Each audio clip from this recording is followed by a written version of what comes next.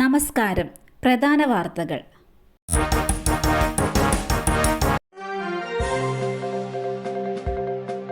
അൽഫലാഹ് സർവകലാശാല chairman arrest കള്ളപ്പണ നിരോധന നിയമപ്രകാരം. ചെങ്കോട്ട സ്ഫോടന കേസുമായി ബന്ധപ്പെട്ട സംശയനിഴലിൽ നിൽക്കെ അൽഫലാഹ് സർവകലാശാല ചെയർമാൻ അറസ്റ്റിൽ. കള്ളപ്പണ നിരോധന നിയമപ്രകാരമാണ് അൽഫലാഹ് സർവകലാശാല ചെയർമാനായ ജാവേദ് അഹമ്മദ് സിദ്ദിഖി അറസ്റ്റിലായത്. ഇന്ന് നടന്ന റെയ്ഡിന് പിന്നാലെയാണ് ഇഡിയുടെ നടപടി. സ്വന്തം കൃഷിയിടത്തിൽ നിൽക്കുമ്പോൾ കടന്നൽ ആക്രമിച്ചു. സംസാരശേഷിയില്ലാത്ത 53 വയസ്സുകാരന് ദാരുണാന്ത്യം. 53-കാരനായ തറനാലിക്കൽ ജസ്റ്റിനാണ് മരിച്ചത്. സംസാരശേഷിയില്ലാത്ത ആളാണ് ജസ്റ്റിൻ. തലനാട് പഞ്ചായത്തിലെ ചോനാമലയിലാണ് ഈ ദാരുണ സംഭവം നടന്നത്. കുത്തേറ്റ ഉടൻ ജസ്റ്റിനെ തലനാട് സബ് സെന്ററിലും തുടർന്ന് ഈരാറ്റുപേട്ടയിലെ സ്വകാര്യ ആശുപത്രിയിൽ എത്തിച്ചെങ്കിലും രക്ഷിക്കാനായില്ല. അതേസമയം ദിവസങ്ങൾക്ക് മുമ്പ് ഇടുക്കിയിലും സമാന അപകടം നടന്നിരുന്നു. കൊച്ചിയിൽ 15-കാരിയെ പീഡിപ്പിച്ച കേസിൽ നേവി ഉദ്യോഗസ്ഥൻ അറസ്റ്റിൽ.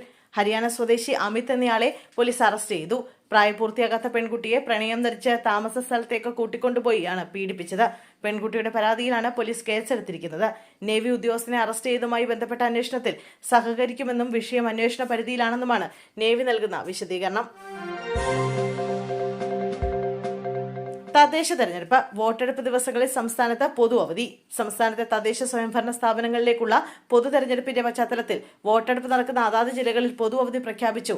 2 ഘട്ടമായാണ് വോട്ടെടുപ്പ് നടക്കുന്നത്.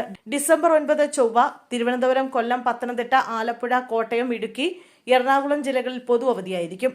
ഡിസംബർ 11 വ്യാഴം തൃശൂർ, പാലക്കാട്, മലപ്പുറം, കോഴിക്കോട്, വയനാട്, കണ്ണൂർ, കാസർഗോഡ് ജില്ലകളിൽ പൊതു അവധി പ്രഖ്യാപിച്ചിട്ടുണ്ട്. വോട്ടെടുപ്പ് നടക്കുന്ന ജില്ലകളിലെ സർക്കാർ ഓഫീസുകൾക്കും വിദ്യാഭ്യാസ സ്ഥാപനങ്ങൾക്കും അവധിയായിരിക്കും.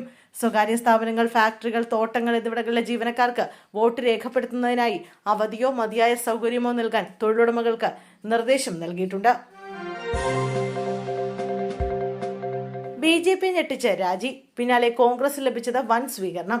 BJP മഹിളാ മോർച്ച കുറ്റൂർ മണ്ഡലം കമ്മിറ്റി പ്രസിഡന്റായിരുന്ന പ്രസന്ന MG സ്ഥാനം രാജിവെച്ചു.